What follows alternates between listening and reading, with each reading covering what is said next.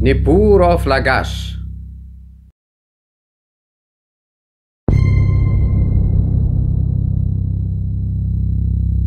Story for Lagash.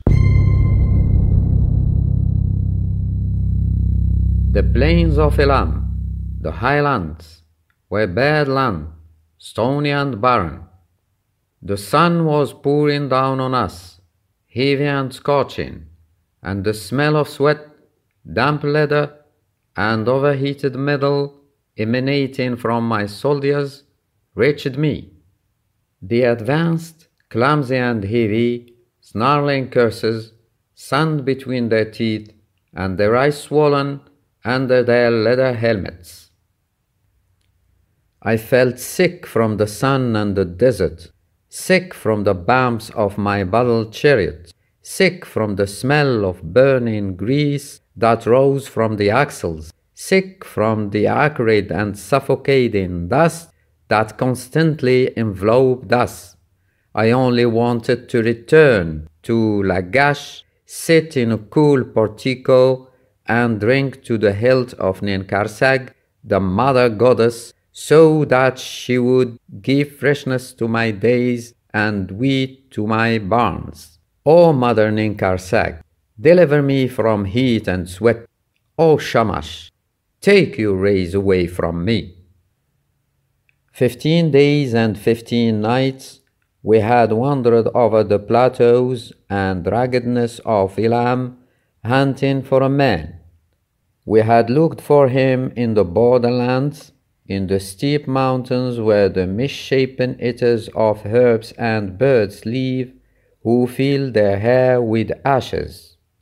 And now we were looking for the brutal men of Elam, who live in caves and keep their fire in clay containers so that it does not go out.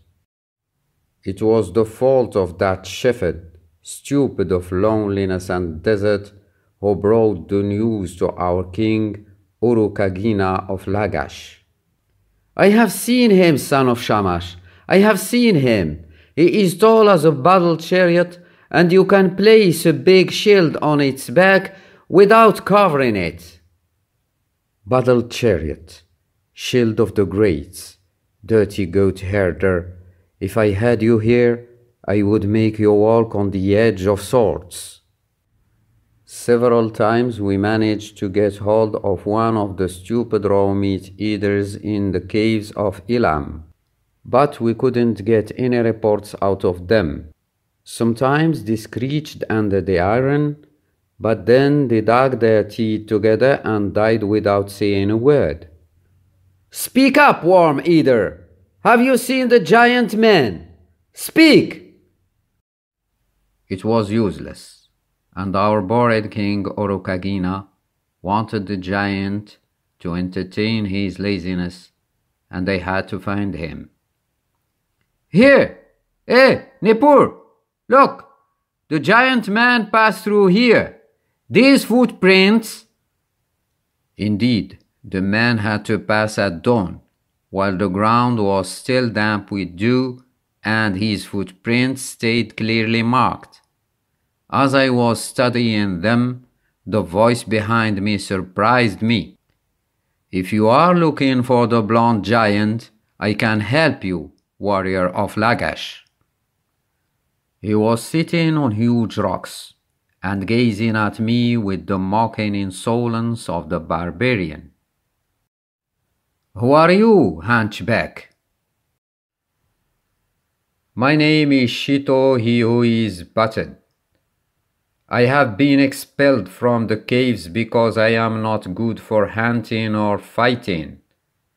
If I tell you where to find the giant, will you feed me? Tell me where the giant is, and I will take you to Lagash and give you to the king. If you are clever and witty, you will always have food in his kitchens and bed in his corridors.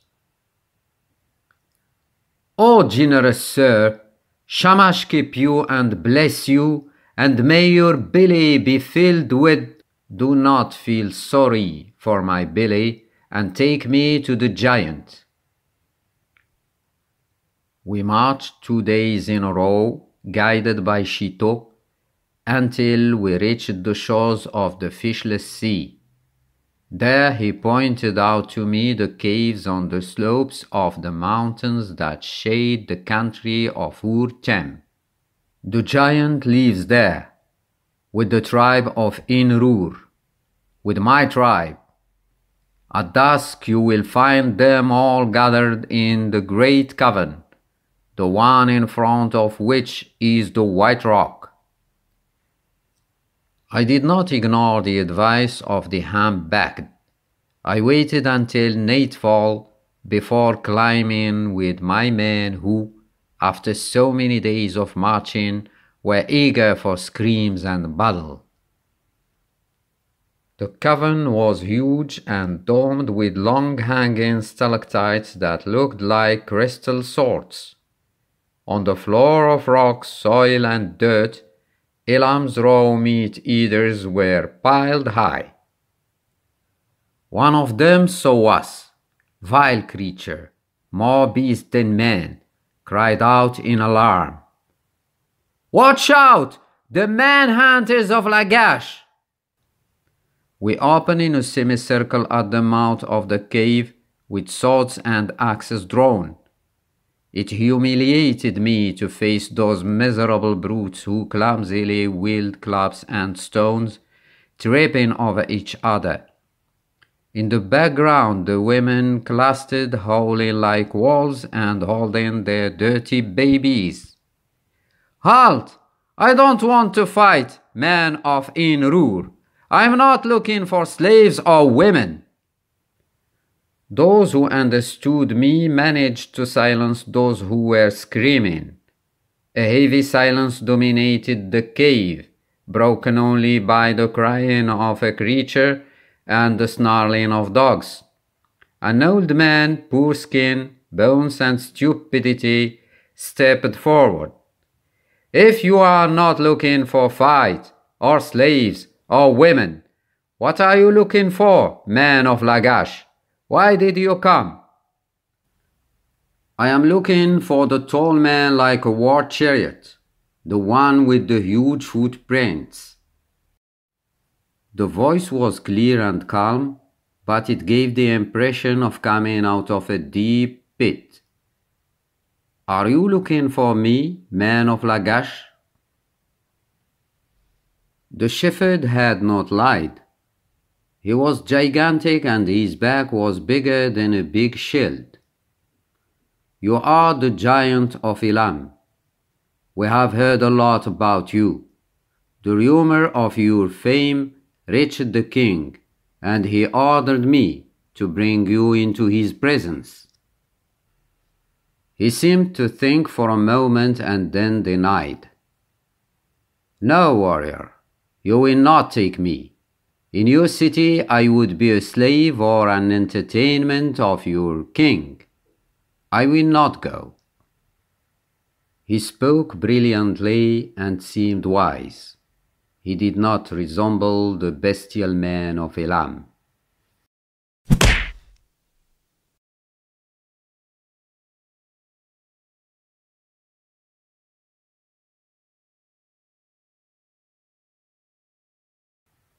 "All to me, slave hunters!" A net falls on him and envelopes him, then another and another. My men beat him with their maces, but he knocks them down with terrible blows that look like axe blows. It would seem that he could never be knocked down.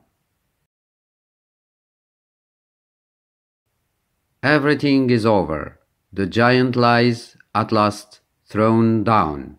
My soldiers, battered and wounded, chain him. Some lie dead. The brutal men of Inrur, huddled against the wall, gaze at us with dark faces, with anger. Many of them even seem to be crying. The giant must have been very dear. Such a man is dangerous. With pleasure I leave the sands of Elam and enter the fertile meadows of Lagash. Chained to my chariot, the giant shows no signs of fatigue as my men stagger. What's your name? They call me Urel, the one who has a great strength. What are your people? You pulled me out of them. No, you don't belong in caves.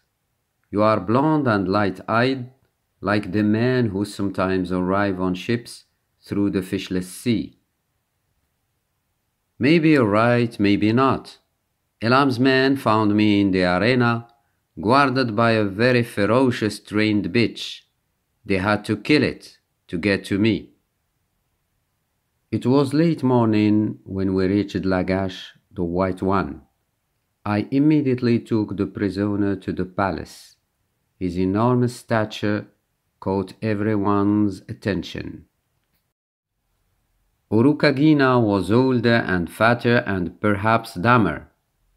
Now he was preparing laws to protect the crops from the horsemen. Beside him was his advisor and high priest Sumur, skeletal and vicious as a viper. So this is the giant of Elam. Go ahead, barbarian. It annoyed me that that skinny monkey, priest or not, spoke like that to a man 1,000 times better than him. The prisoner is not yours, Sumur, but the king's. How dare you? Enough, Sumur. What is your prisoner's name, Nippur? His name is Urel, and he comes from the caves of Inrur in the country of Elam. Was he difficult to capture?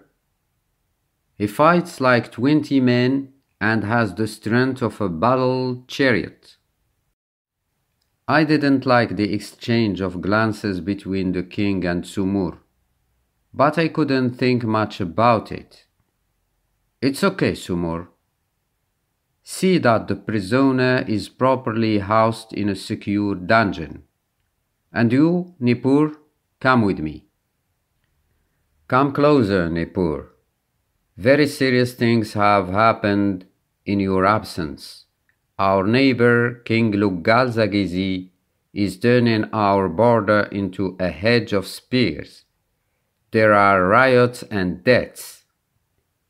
Do you want me to throw the Lugalzagizi coyotes back to their country? No, I don't want blood to flow. I sent Sumur to negotiate with him a week ago. Negotiate? Negotiate with that shepherd raider?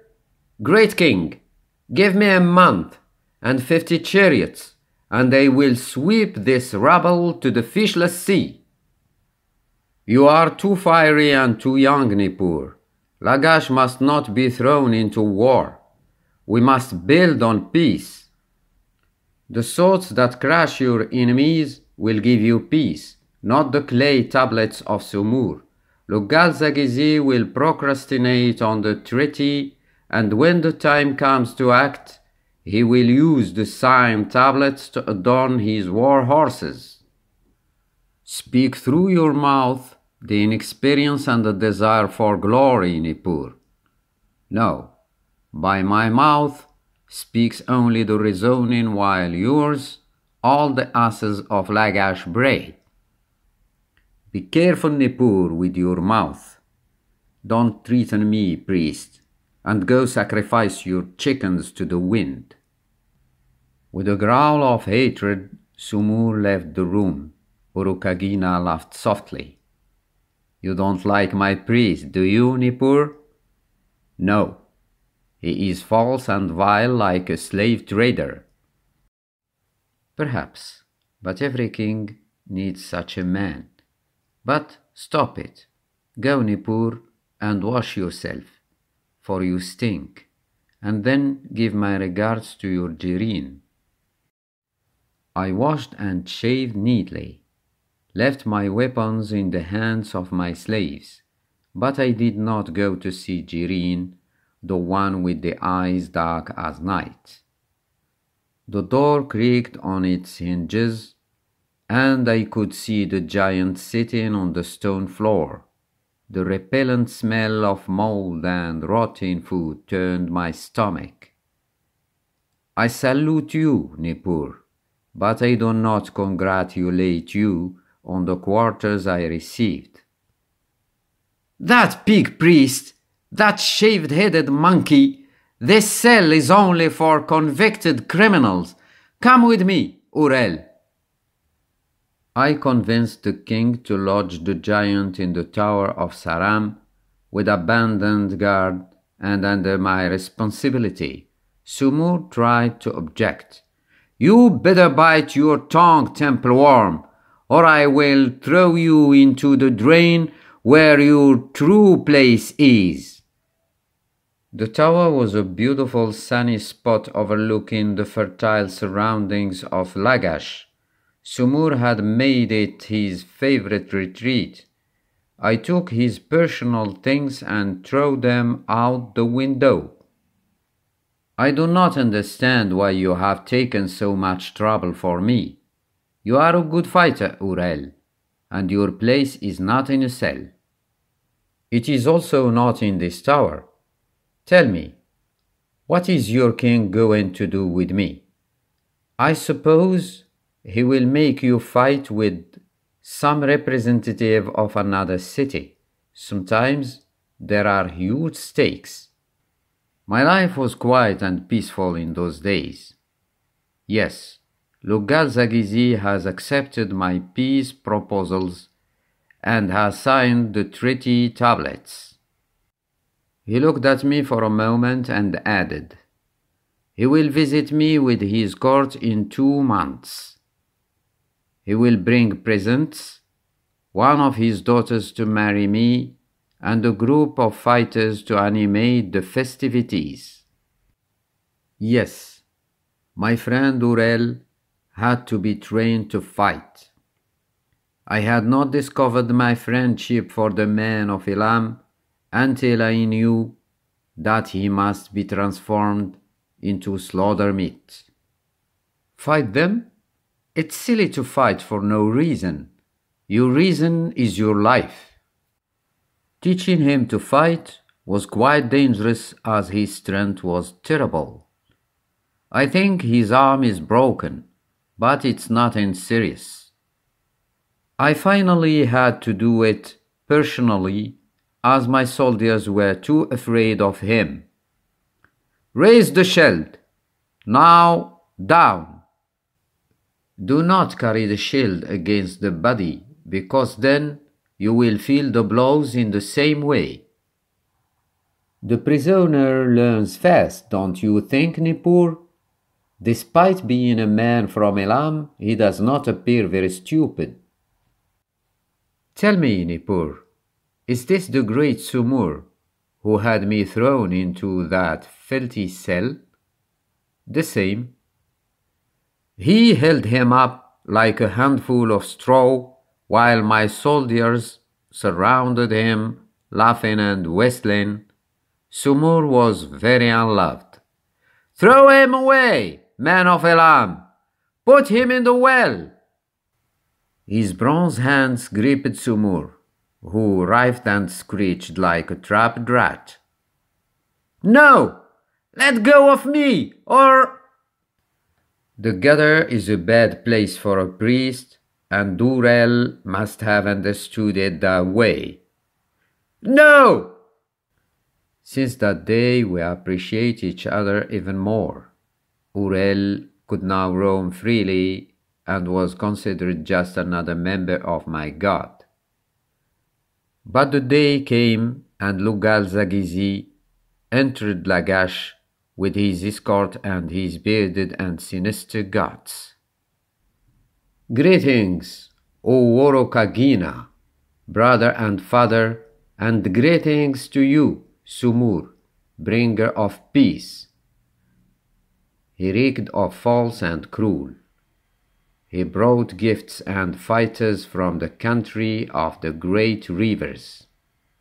I saw him many times move aside to talk to Sumur, and this displeased me, because when the jackal and the hyena meet, they are looking for carrion.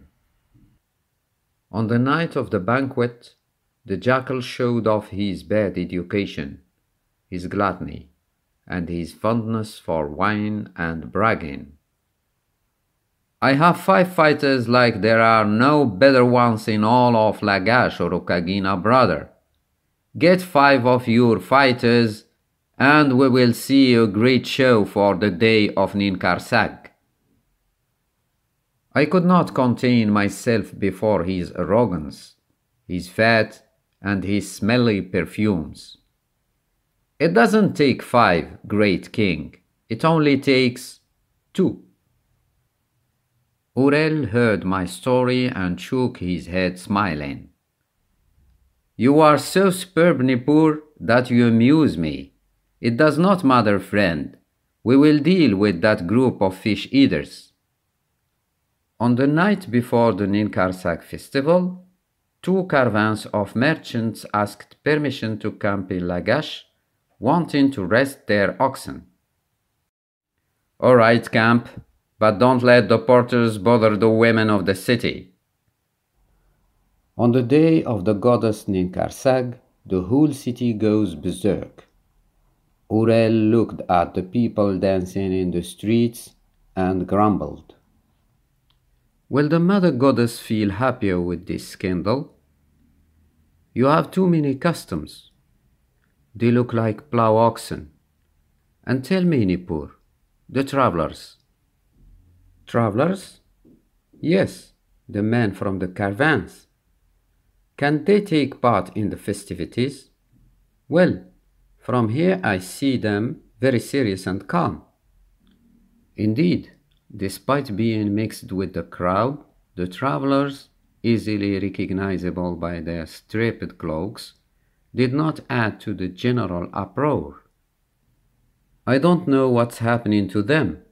They must have had great misfortunes in their country, or they must be joyless people. But we'd better forget about them and get ready. In a little while, we will have to be in the square. The square roared with the public.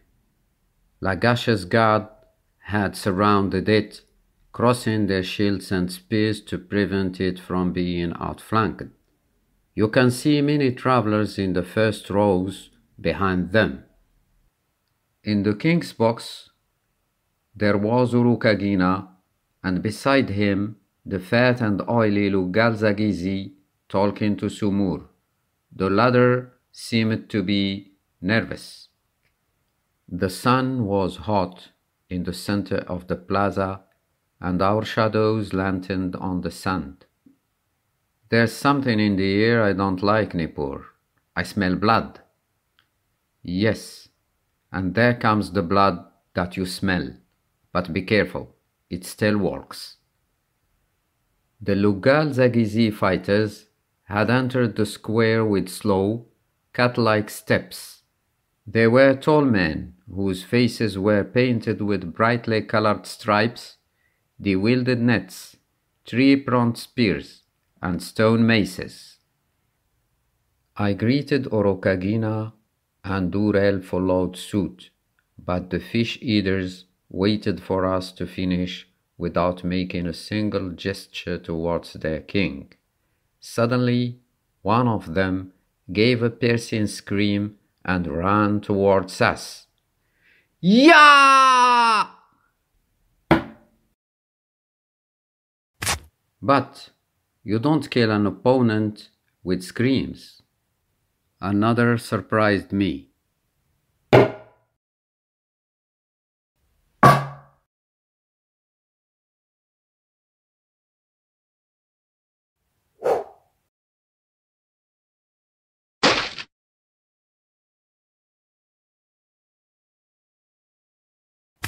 At last, I managed to free myself and jump to meet the fish-eater. The middle of my sword hungers for his flesh and devours his life. There is at my feet, long, dirty and dead, the fighter of Lugal-Zagizi. Lugal-Zagizi, Lugal-Zagizi. Suddenly I heard the terrible screams, the yowls. All around me there is death. The travelers have thrown their robes to the ground and now display their armor. Lagash's guards, wounded from behind, languish bloodied. In the royal box I see Urukagina slipping to the ground covered in blood. Next to him Sumur wields the reddened stone dagger, the weapon with which he has just killed the one who sat him on the throne to his right. Another terrible noise deafens me. Burly, dirty, bearded warriors crush my unsuspecting guards. Exact calculation, everything, until the fight. Taking advantage of the enthusiasm that distracted everyone, the infantrymen approached the city while mercenaries from Lugal-Zagizi, disguised as travelers, finished off half the garrison with a single blow. Dogs! And there the great trader, laughing like a hyena in the box, dirty with blood and fear, treatise, architect of peace. Sumur! There I go! I ran like a madman to the box. In my hand I have the trident of one of the fish-eaters. Sumur! Sumur! After 20 steps I stop and throw my arm back. The desire to kill makes my hands ache. Sumur! Sumur! Sumur sees me and terror fills his eyes. No! Stop that! Ah! The soldiers of Lugal-Zagizi surround me, whirling their swords. Beware of him! It is Nippur, the lion slayer! Here, friend! Let us teach the murderers of children and women how to kill men! We attack them like wolves attack sheep. Left, right, up, down, edge, tip, shield, blood! I don't know how we made our way to the walls. My sword breaks, but I manage to pick up an axe. We bleed from 100 wounds. Everything is useless. There are 1,000 against 2. Suddenly I hear a voice. Nippur, man of Lagash, here! In the wall, the heavy door of the drain opens, and in the opening I see the hunched silhouette of Sheto, the hunched back of Inrur. Come, quickly! We ran desperately, followed by stones and javelins. As we enter, Sheto closes the door. It is thick and heavy. It will take time to knock it down. Run now, Nippur! Follow me! I don't know how long it took us to cross the stinking canal. Behind me, Urel growls. Sumur also threw me into the drain. We got out in the sun, but I feel in me the darkness and the cold. On the other side of the walls, you can hear the howling of the wounded and the crackling of fires. We ran from the noise. We found an enemy chariot guarded by 2 soldiers. You watch it surely. We killed them and seized it. We galloped all day, and all night, and all day. We arrive at the caves of Inrur. The brutal men greet Urel with glee, and do not bother me or Sheto.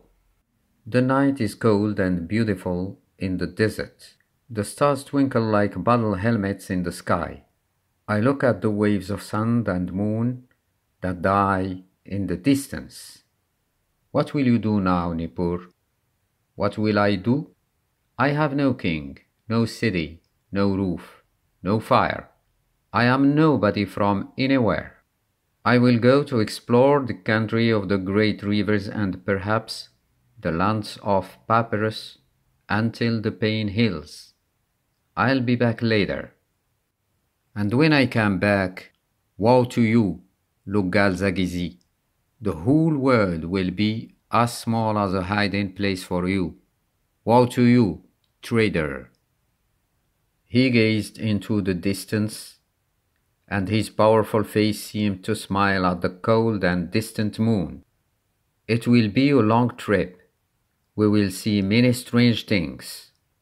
Will you come with me, man of Elam? You will find many dangers and good wines on the way. I will accompany you to avid dangers with your sword and my spear, and we will drink the best wines in memory of your beautiful Lagash. Thank you, Elam man. Peace to you, brother. Let's share the pain. The desert is silver and salt, the stars from jewels and battle chariots in the sky, and we contemplate them in silence.